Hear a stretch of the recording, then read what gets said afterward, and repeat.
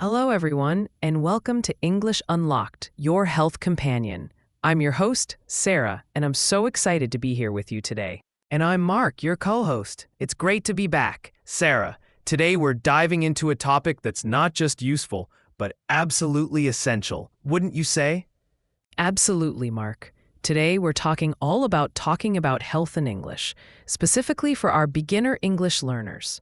Whether you're traveling, living in an English-speaking country, or just want to communicate better with friends, knowing how to talk about your health is incredibly important. It really is. You never know when you might need to describe how you're feeling or ask for help. So our goal today is to equip you with a basic verbal first aid kit of words and phrases. We're going to keep it simple, clear, and very practical. Exactly. Let's start with the basics. How to express if you're feeling good or bad. Mark, how would you ask someone how they're feeling? The simplest way, and a very common one, is, "How are you feeling today?" Or, if you notice someone looks a bit down, you might say, "Are you feeling okay?" Perfect. And how would you respond if you're having a great day? Oh, many ways. "I'm great, thanks. I feel good. I'm fine." All very positive and easy to say. Right. Now, what if you're not feeling so good? This is where it gets really important for our listeners. Okay, so if you're not feeling great, you can say, "I'm not feeling well." This is very general. Or, "I feel sick." This is also common. You could also say, "I feel unwell." If you're just tired, simply, "I'm a bit tired." See? Not too difficult. Those are excellent starting points. I feel sick is probably one of the most useful. Let's move on to specific ailments, because often you need to say more than just "I feel sick." You need to say what hurts or what the problem is. Let's think about common body parts first. Head, stomach, throat, back, arm, leg. Good idea, Sarah. And connecting the symptom to the body part makes it much clearer. So a very common one, if your head hurts, you say, "I have a headache." Easy, right? Headache for pain. Exactly. And following that pattern, if your stomach hurts, you'd say, "I have a stomachache." See the pattern? Headache, stomachache. These are very common. What about when you're sneezing and your nose is running? That's "I have a cold." You might also say, "My nose is runny," or "I'm sneezing a lot." And if you're making that sound, coughing sound, then it's "I have a cough." Yes, I have a cough. And if it hurts when you swallow, that's "my throat is sore." Sore means painful. Sometimes, with a cold or cough, you also get a fever, which means your body temperature is high. You might say, "I think I have a fever." And sometimes you feel a bit off balance, like the room is spinning. That's "I feel dizzy." Or if a specific part of your body has pain, like your leg, you can simply say, "My leg hurts," or "My arm hurts."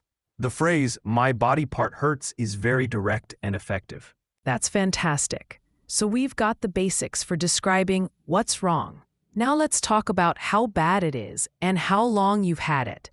Mark, how would you describe the severity? Good point.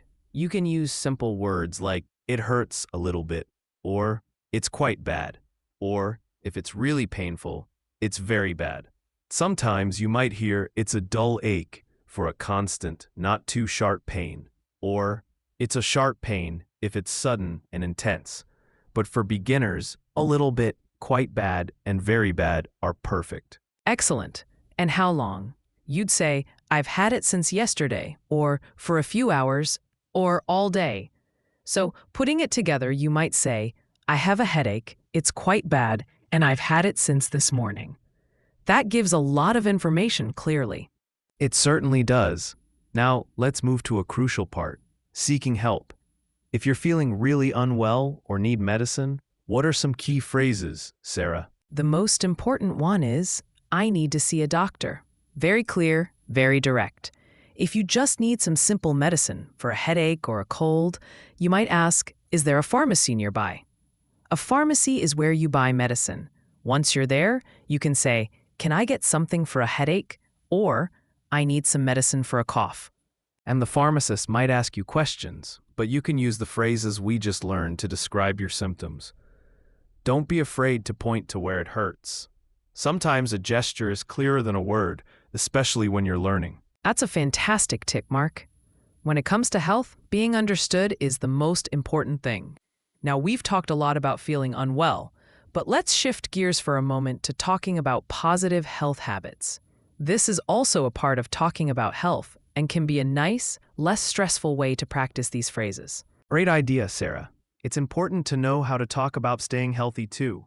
So simple phrases here could be, it's important to eat healthy food, or I try to eat lots of fruits and vegetables.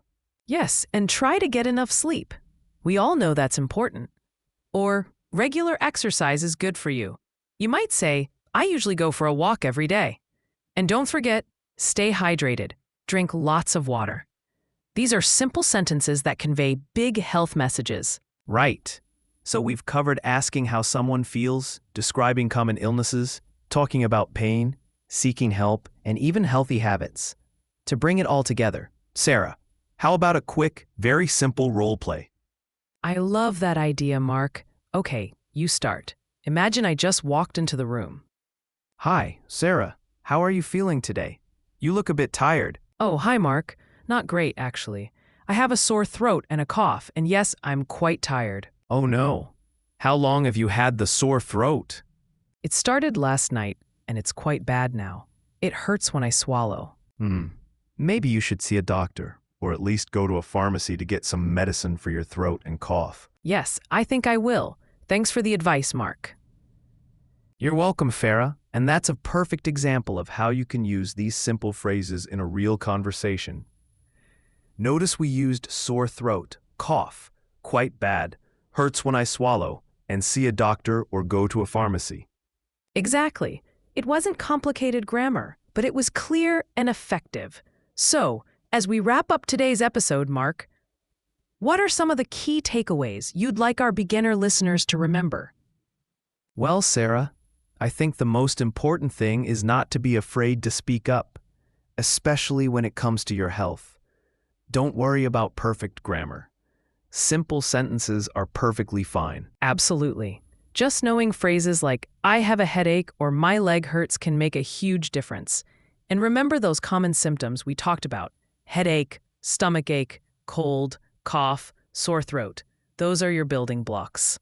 Yes, and practicing these phrases, even by yourself, will build your confidence. You can look in the mirror and say, I feel good today, or I have a bit of a cough. The more you say them, the easier they become. Exactly. Think of this episode as giving you that essential verbal first aid kit for English.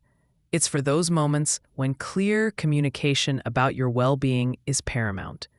We want you to feel empowered to talk about your health, no matter your English level. And remember, staying healthy isn't just about medicine, it's about good habits too.